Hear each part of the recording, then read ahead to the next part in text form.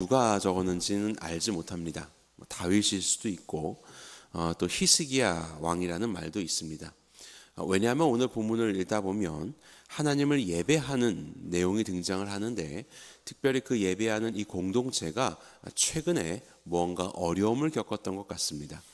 어려움 속에서 하나님이 신실하게 동행하여 주시고 그 어려움으로부터 건져 주셨고, 그로 인한 하나님을 향한 찬양이 등장하는 것을 볼 때에 어려움 속에 있었던 다윗 왕이거나 혹은 아수르의 침략 속에서 풍전등화와도 같은 상황 속에 구원해 주신 그 은혜를 기억하는 이 히스기야의 노래, 혹은 더 세월이 지나서 바벨론의 포로가 되었고 완전히 회파된 이스라엘 공동체였지만 하나님께서는 함께 하셨고 하나님이 약속하신 기간이 지나자 다시 회복된 공동체로서 이스라엘로 돌아오게 하신 바벨론 포로 이후에 이스라엘 백성들이 기록한 시편일 수도 있겠다라는 그런 연구들이 있습니다. 누가 기록했는지 우리는 정확히 알지 못하지만 적어도 오늘 66편을 통하여서 하나님을 예배하는 예배자의 자세, 예배자의 태도가 어때야 하는지를 세 가지로 우리에게 말씀해주고 있습니다. 이것을 발견하고 함께 확인하면서 우리도 이와 같은 모습으로 하나님을 찬양할 것을 다짐하는 시간이 되었으면 좋겠습니다. 자, 예배자로서 살아가는 세 가지 모습 중에 첫 번째는 바로 찬양하는 것입니다. 찬양하라. 하나님은 우리에게 찬양하라라고 말씀하십니다. 자, 본문의 1절과 2절을 제가 다시 읽겠습니다. 온 땅이여 하나님께 즐거운 소리를 낼지어다. 그의 이름의 영광을 찬양하고 영어롭게 찬송할지어다. 우리는 하나님을 찬양하는 존재입니다. 호흡이 있는 자들은 하나님을 찬양하라고 그렇게 말씀을 하셨습니다. 할렐루야, 우리 하나님을 찬양하는 일은 선하고 찬송하는 일이 아름답고 마땅하다라고도 성경은 우리에게 선포하고 있는 것입니다. 하나님을 찬양하는 것은 성도에게 있어서 당연한 일입니다. 이것은 마땅한 일입니다. 그리고 그것은 아름다운 일입니다. 그런데 이 찬양을 어떻게 하냐면 본문의 1절에 보니까 소리를 내며 찬양하라 라고 그렇게 되어 있습니다. 8절을 보니까 여러분들 성경책의 8절을 보시면 만민들아 우리 하나님을 송축하며 그의 찬양 소리를 들리게 할지어다 라고 합니다. 자, 특별히 이 찬양을 어떻게 하고 있는 겁니까? 물리적인 소리가 나도록 찬양하라는 것이죠. 우리의 입술을 높여서 우리의 온 마음을 다하여서 큰 소리로 하나님을 찬양하라는 것입니다. 하나님을 예배한다는 것, 그것은 하나님을 찬양하는 것인데 단순히 마음속에서만 그것을 묻혀두고 살아가는 것이 아니라 하나님을 마음껏 찬양하는 것입니다. 그래서 성경에 보면 정말로 많은 신앙의 위인들은 그야말로 하나님을 찬양합니다. 말 그대로 하나님을 찬양합니다. 각종 악기를 동원하여서, 때로는 악기가 없어도 목소리를 다하여서 어느 곳에서든 성전에서든 심지어 감옥에서든 하나님을 찬양하는 것이 우리의 신앙의 선배들의 모습이었습니다. 하나님의 위대하신 구원의 역사, 하나님께서 우리와 함께 하시는 하나님의 놀라우신 인도하심, 하나님의 아름다운 성품들, 이 모든 것들은 다 우리의 찬양거리가 되는 것이에요. 그래서 성경은 성도들에게 찬양하라라고 굉장히 많은 곳에서 강조하면서 우리에게 선포하고 있는 것입니다. 찬양을 하는 것 자체가 참으로 중요합니다. 왜냐하면 우리가 찬양을 할 때에 그야말로 찬양거리들을 더욱더 발견할 수 있게 되기 때문입니다. 여러분들이 오늘 하루를 이렇게 사셨습니다. 하나님을 찬양하며 사셨습니까? 하나님이 인정해드리면서 또 이렇게 기도도 하면서 사실 수도 있겠지요. 그런데 정말로 여러분들의 시간과 마음을 구별하여서 하나님을 찬양해 보십시오. 여러분들의 입술로 세상의 유행가를 부를 수도 있지만 하나님을 찬양해 보십시오. 조금 전에 있었던 그 일들 속에서 또 하나님을 찬양해 보십시오. 자꾸 우리가 물리적으로 하나님을 찬양하고 찬양할 때에 정말로 내 삶 속에서 하나님이 일하시는 것들을 발견하게 될 수 있고, 그리고 그것을 가지고 놓치지 않고 하나님을 영원롭게 할 수 있는 것입니다. 그래서 이렇게 찬양하는 것은 중요합니다. 최선을 다해서 찬양하는 것, 이것은 유난 떠는 것이 아닙니다. 정말로 하나님은 우리의 최선의 찬양을 받기에 합당하신 하나님이십니다. 이시라는 것을 우리는 기억해야 합니다. 제가 과거에 카자흐스탄 단기 선교에 갔을 때 생각나는 한 지체가 있습니다. 그 친구는 싱가포르에서 온 잠시 머물다가 간 친구였는데요. 요셉이라는 친구였습니다. 같이 찬양을 드리는데 음은 같은데 가사가 서로 다 언어가 다르다 보니까 여기는 뭐 러시아 말로, 여기는 영어로, 여기는 한국어로, 뭐 저마다의 언어로 이렇게 한 찬양을 드리는데요. 이 요셉이라는 친구는 그야말로 음치였습니다. 어떻게 그렇게 박자도 잘 안 맞고 음도 자꾸 이상한 화음을 넣는지 정말로 음치였습니다. 그런데 이 친구는 정말로 하나님을 사랑하는 자였고, 그리고 그 찬양을 하는 모든 시간마다 최선을 다해서 찬양했습니다. 너무나도 음이 안 맞기 때문에 어찌 보면 방해가 될 수도 있는 상황이지만요, 저는 그 옆에서 전혀 방해를 받지 않았습니다. 왜냐하면 그냥 열심을 내며 찬양하는 그런 것이 아니라 그 형제는 정말로 하나님을 사랑하는 마음을 담아서 하나님을 힘껏 찬양하는 형제였기 때문에 그렇습니다. 자신의 못 미치는 음악적인 소양을 가지고도 아무런 상관이 없습니다. 하나님을 물리적으로 찬양하는 데 있어서 어떤 것도 가로막는 것이 없습니다. 그 친구는 정말로 열심히 찬양하였고, 오히려 그런 불협화음이 저에게는 더욱더 큰 은혜로 다가왔던 기억이 있습니다. 물론 하나님은 이 시편도 보면 자꾸 인도자를 따라 노래한다 이렇게 되어 있어서 질서에 대한 이야기도 하지만, 물론 우리에게 있어서 내 마음대로 찬양하고 멋대로 하는 것은 옳지 않을 수 있습니다. 서로를 배려하면서 또 함께 마음을 다하여 하나님께 올려드리는 그 질서 안에서의 찬양은 참 귀중한 것입니다. 하지만 무엇보다도 소극적으로 그냥 마음속으로만, 이것이 아니라 정말 하나님은 그러한 찬양을 받기에 합당한 분이시기 때문에 최선을 다하여서 찬양하는 것, 입술을 열어서 소리를 높이는 찬양을 드리는 것, 이것이 우리에게 필요한 예배자의 자세다라는 것을 말씀을 드립니다. 자, 오늘 본문의 5절을 보겠습니다. 같이 한 목소리 읽어볼까요? 시작. 와서 하나님께서 행하신 것을 보라. 사람의 아들들에게 행하심이 어미하시도다. 와서 보라라고 이야기합니다. 와서 보라.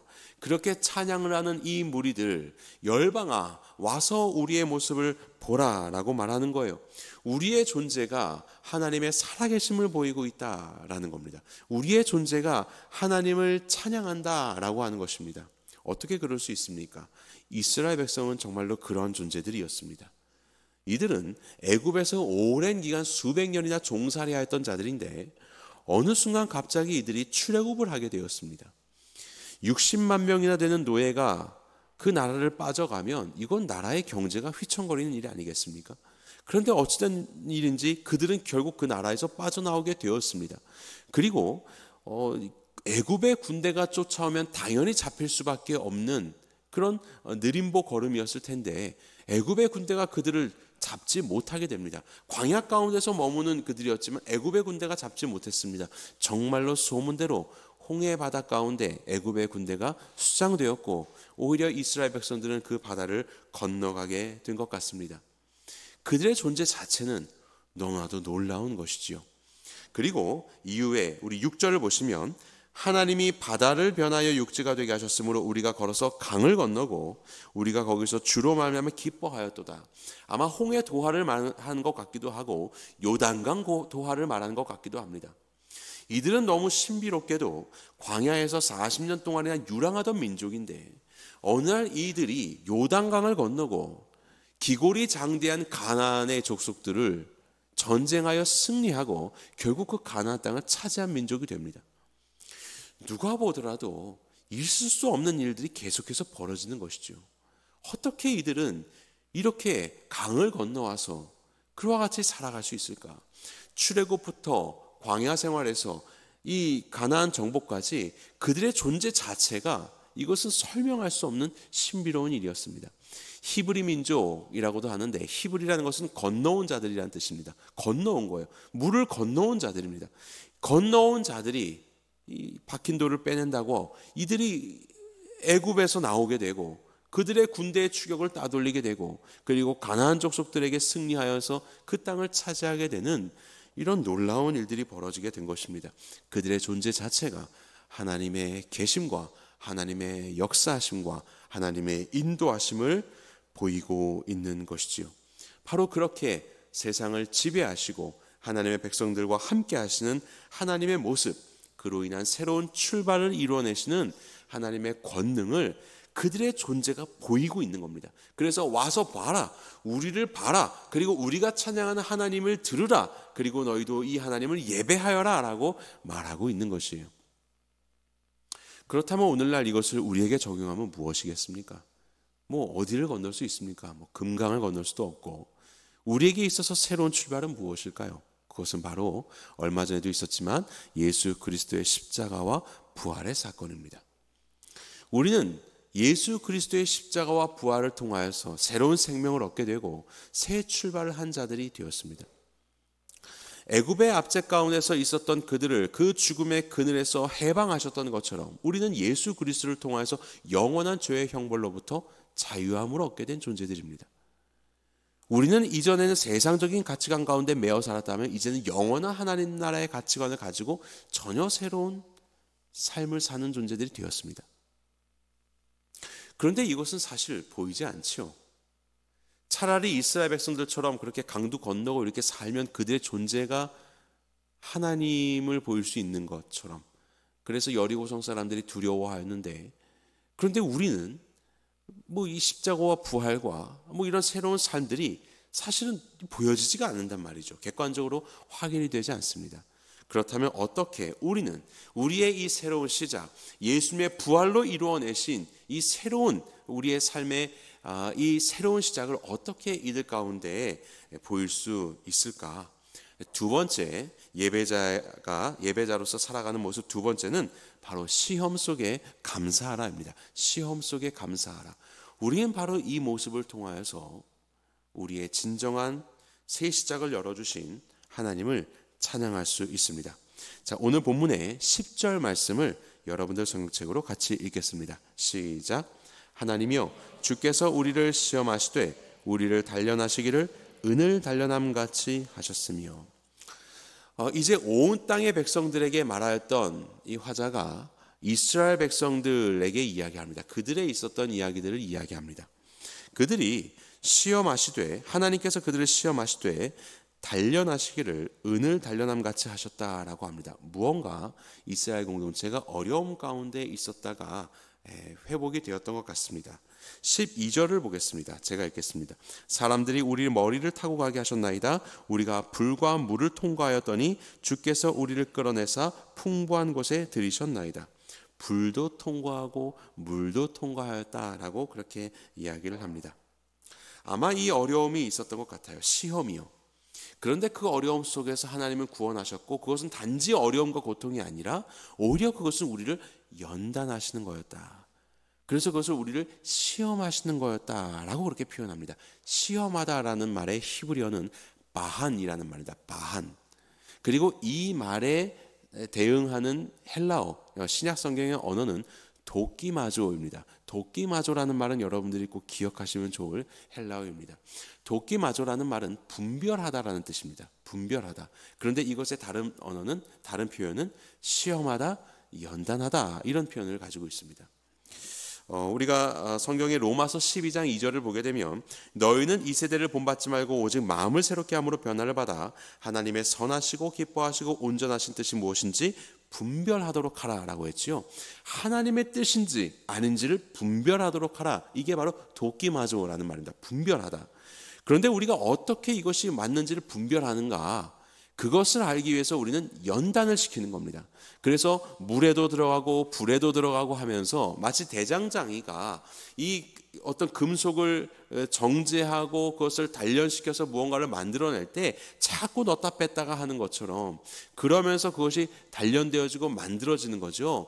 그러다가 이것이 원래 좀 잘못된 것이면 버려지는 것이고 맞는 것이면 제대로 만들어져 가는 것입니다. 이런 정련의 과정을 통하여서 이것이 점점 나뉘어지는 것이죠. 이 구별이 되는 것입니다. 이것이 바로 연단하다, 그리고 시험하다, 그래서 분별하다라고 하는 도끼마조라는 헬라어입니다. 그것이 오늘에는 이제 시험하다라는 바한이라는 히브리어로 적히게 된 것이에요. 하나님은 그렇게 우리를 시험하신다라는 거예요. 우리의 삶에 어려움이 있지만 이 어려움 속에서 우리가 세상이 좋아서, 좋을 때는 다 좋죠. 우리가 하나님을 찬양하고 하나님을 따른다라고 말하는데 우리의 삶이 늘 좋아요. 그러면 우리 곁에 있는 이웃들도 그 하나님 좋아하겠죠. 왜냐하면 하나님이 좋아서가 아니라 부요함이 좋아서 하나님을 따르겠죠. 그런데 정말로 우리의 삶이 하나님이 나의 가장 큰 나의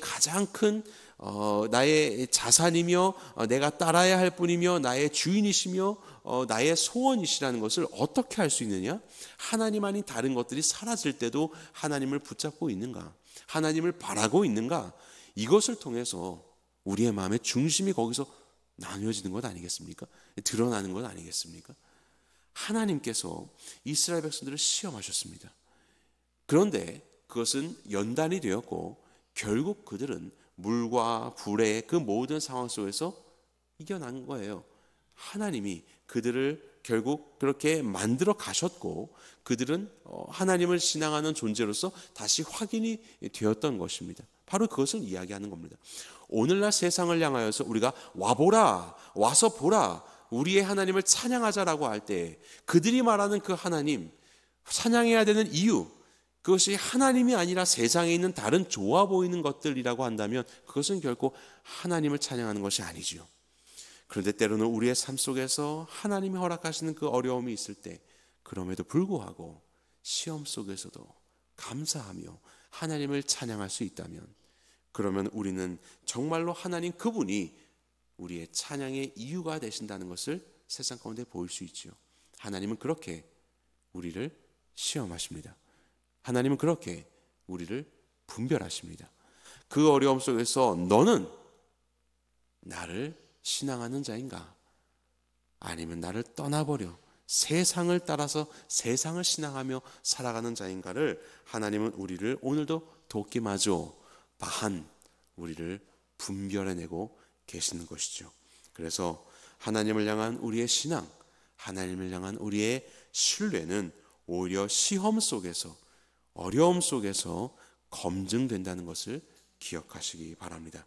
그리고 하나님을 변함없이 찬양하시는 주님의 성도가 되시기를 바랍니다. 우리가 낙심하지 않을 수 있는 이유는 오늘 본문의 9절 같이 읽어볼까요? 9절 시작. 그는 우리 영혼을 살려두시고 우리의 실족함을 허락하지 아니하는 주시로다.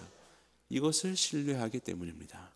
아무리 어려운 시험과 고통이 우리의 삶에 찾아온다 해도 하나님은 우리의 영혼을 살리시는 분이시다. 예수 그리스도를 보내주신 것으로 이미 입증된 것 아니겠습니까? 하나님이 당신의 공의로움과 당신의 위엄과 창조주 다스린 바 되시는 것을 증거하시려면 죄에 빠진 우리들을 형벌을 내리시면 되는 것입니다. 영원한 지옥 형벌을 내리시는 것으로 죄의 값을 치르게 하시는 것으로 당신을 얼마든지 드러내실 수 있습니다. 그런데 우리 하나님은 그렇게 하지 않으시고 우리를 살리시기 위해서 우리를 너무나도 사랑하셔서 예수님을 보내주셨고 예수님의 죽으심과 부활을 통해서 새날을 허락하여 주신 것이요. 이미 이 일을 우리에게 하신 것이지 않습니까? 그래서 우리는 우리의 영혼을 살리시는 하나님을 신뢰하기 때문에 두려워하지 않을 수 있는 겁니다. 고통 속에서도 두려워하지 않을 수 있는 것이에요. 세 번째로 하나님 앞에 예배자로 살아가는 모습, 세 번째는 무엇이냐면 헌신하라입니다. 헌신하라. 첫 번째는 하나님을 찬양하라. 두 번째는 시험 속에서 감사하라. 세 번째는 헌신하라. 자, 13절 말씀을 함께 읽겠습니다. 시작. 내가 번제물을 가지고 주의 집에 들어가서 나의 서원을 주께 갚으리니.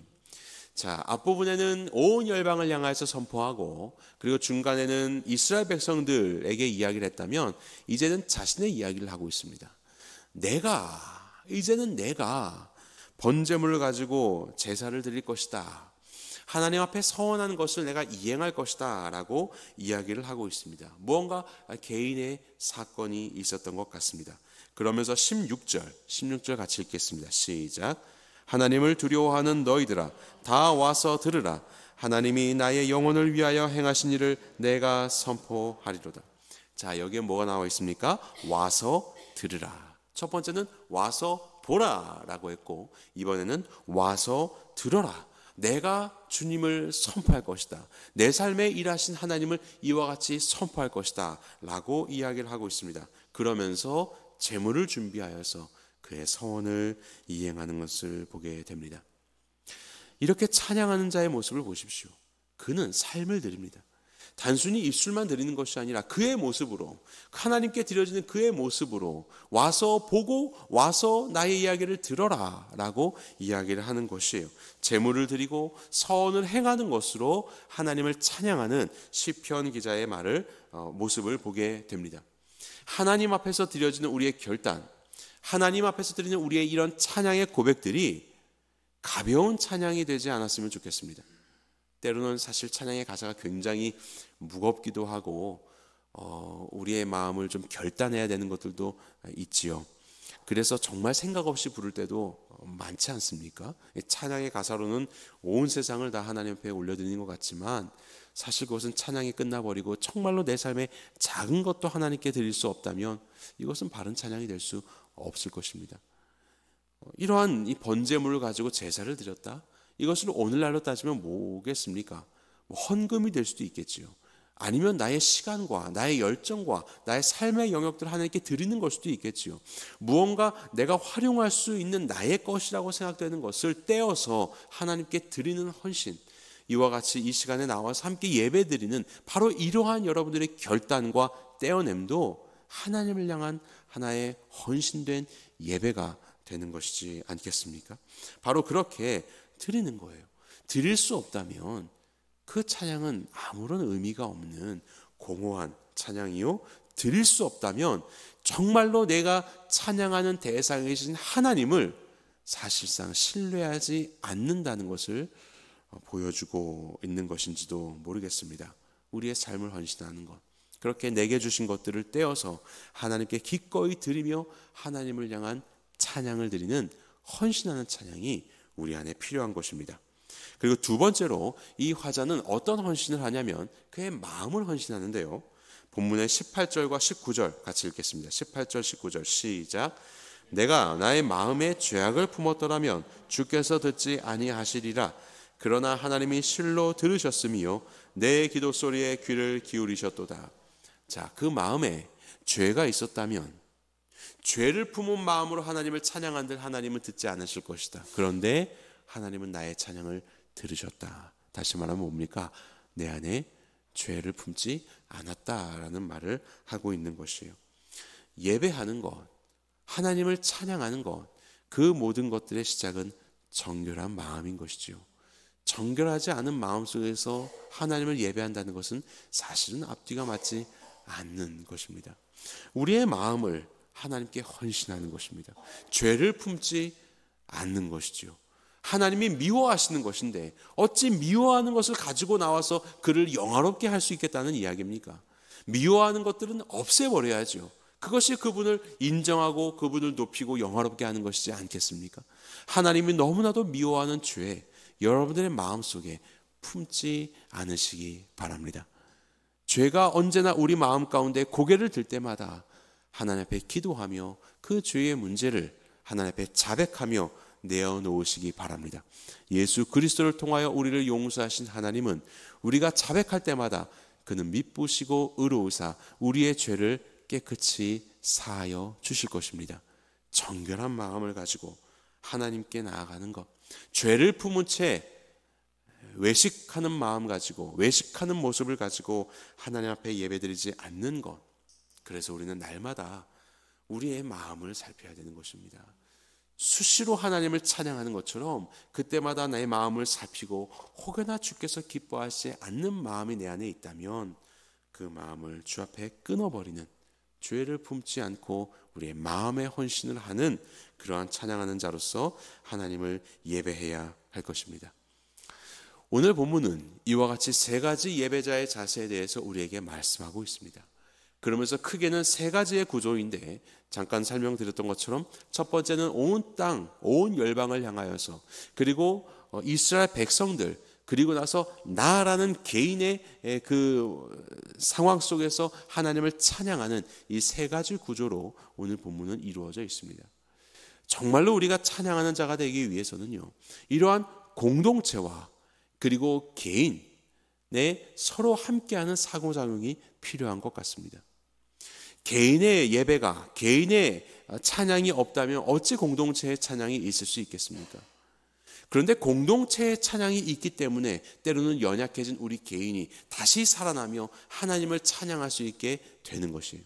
그래서 개인과 공동체는 함께 서로 상호작용하며 서로가 하나님을 예배하는 자로서 오늘도 서갈 수 있게 되는 것입니다. 그런 의미에서 여러분들 스스로의 모습을 더욱더 하나님 앞에 점검하시고 하나님을 입술로 마음껏 찬양하고 어려운 가운데서도 감사하며 하나님을 찬양하고 그리고 우리의 몸과 마음을 헌신하여서 하나님을 찬양하는 한 명의 성도가 되시기를 간절히 바랍니다. 오늘날 우리 한국 사회를 볼 때에 공동체로서의 이 예배, 그래서 한국 교회를 볼 때에 와서 봐라, 우리의 모습을 보고 하나님을 보아라, 우리의 모습을 보고 하나님을 찬양하여라, 와서 들어라, 우리의 이야기들을 듣고 하나님에 대해서 너희가 알아라 라고 말하기에는 너무나도 한국 교회의 모습이 실망스러울 때가 많지요. 이럴 때일수록 더욱더 우리의 개인의 예배를 다시 한번 돌아보고 우리 개개인이 하나님 앞에 이와 같은 찬양하는 자로 온전히 설 수 있도록, 그러한 예배자로 온전히 설 수 있도록 해야 할 것입니다. 그 개인들이 모여서 우리 새누리 공동체가 되는 것이요, 우리 새누리 공동체가 그런 예배의 공동체가 될 때 우리의 예배와 또 우리의 주변에 있는 많은 교회들이 또 선한 영향력 속에서 함께 주님을 예배하는 아름다운 한국교회 공동체가 될 것입니다. 바로 이러한 예배자로 서시는 우리 모두가 되기를 예수님의 이름으로 간절히 축원합니다.